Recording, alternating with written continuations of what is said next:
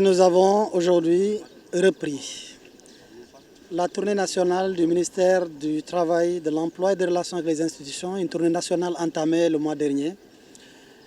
Nous l'avons repris ici dans la région de Thiès, où nous avons prévu 3 étapes.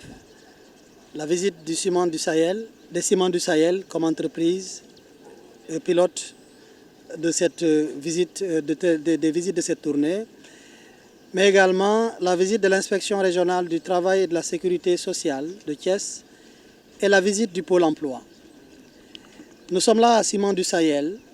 Depuis ce matin, nous avons décidé de mettre le temps qu'il faut ici pour 2 raisons. La première, c'est que c'est l'une des premières entreprises en termes d'investissement dans le secteur du ciment, mais aussi une entreprise dont nous avons fait l'objet d'interpellations de la part de leurs travailleurs. Et nous avons vraiment eu raison de choisir aujourd'hui Ciment du Sahel, parce que nous avons fait le tour. La première remarque, elle est extrêmement positive, c'est que nous avons un champion de l'investissement.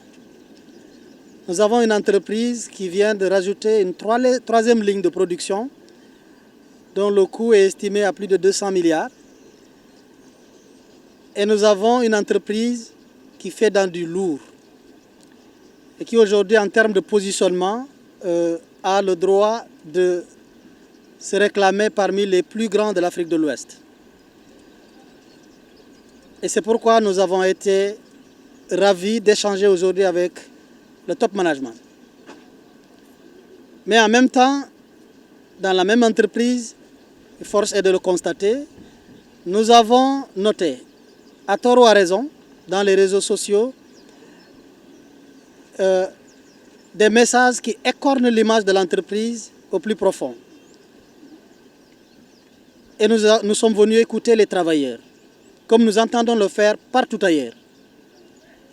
Et cela m'a amené à dire au top management qu'ils ont tous le lourd sacerdoce d'accompagner cet investisseur en leur donnant non seulement les bons conseils attendus d'eux, mais en faisant en sorte que le résultat final soit. Parce qu'au bout du bout, quelles que soient les réponses techniques qui sont apportées, juridico-techniques, la finalité, c'est le bien-être des travailleurs. La finalité, c'est que l'entreprise fasse du profit. La finalité, c'est qu'elle respecte les droits des travailleurs. La finalité, c'est que chacun se ressente et chaque travailleur ait l'intention, sinon l'impression et le sentiment de se lever le matin et d'être dans la boîte pour s'épanouir et d'être dans la boîte pour gagner son pain.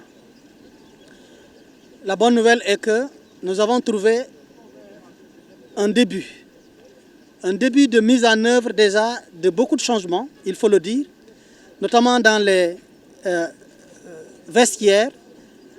Nous avons trouvé des vestiaires flambant neufs et les anciens vestiaires qui, pour des raisons de disqualité, sont en cours de chantier. Nous avons écouté les travailleurs qui se sont longuement exprimés sur leur labeur.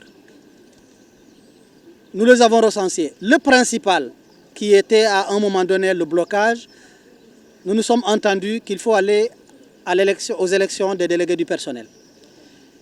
Et que tous les blocages seront levés et que dans les semaines à venir, je ne parle pas de mois, dans les semaines à venir, je voudrais donner l'assurance que l'élection des délégués du personnel aura lieu. Les instructions sont données. L'inspecteur du travail de Thiès, l'inspecteur régional, y travaille. La direction a affiché une volonté manifeste d'aller à ces élections et le ministère du Travail s'est engagé, après les élections, d'accompagner par une formation sur le dialogue social, d'accompagner par une formation sur les techniques de négociation afin que les partis, les délégués et la direction se connectent par ce que j'appelle à la même fréquence, parce qu'au bout du bout, il y a possibilité d'avoir dans cette entreprise un pacte de stabilité sociale qui permet de travailler sereinement et qui permet d'éviter des grèves répétitives comme on en note dans d'autres secteurs, parce que Ciment du Sahel est une entreprise systémique dans l'économie, et dans l'exploitation des carrières pour la fabrication du ciment. Nous avons un champion de l'Afrique que l'État a l'obligation d'encadrer pour que toute perte ne vienne pas de l'insatisfaction des travailleurs.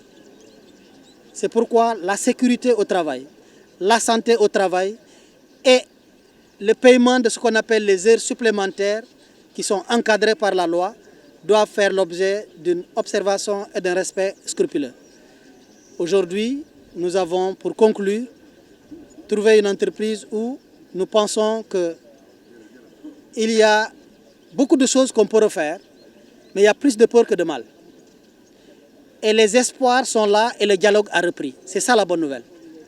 En attendant même les délégués du personnel, le groupe qui s'est constitué comme étant peut-être futur probable candidat est accepté comme interlocuteur en attendant que les choses se mettent en place.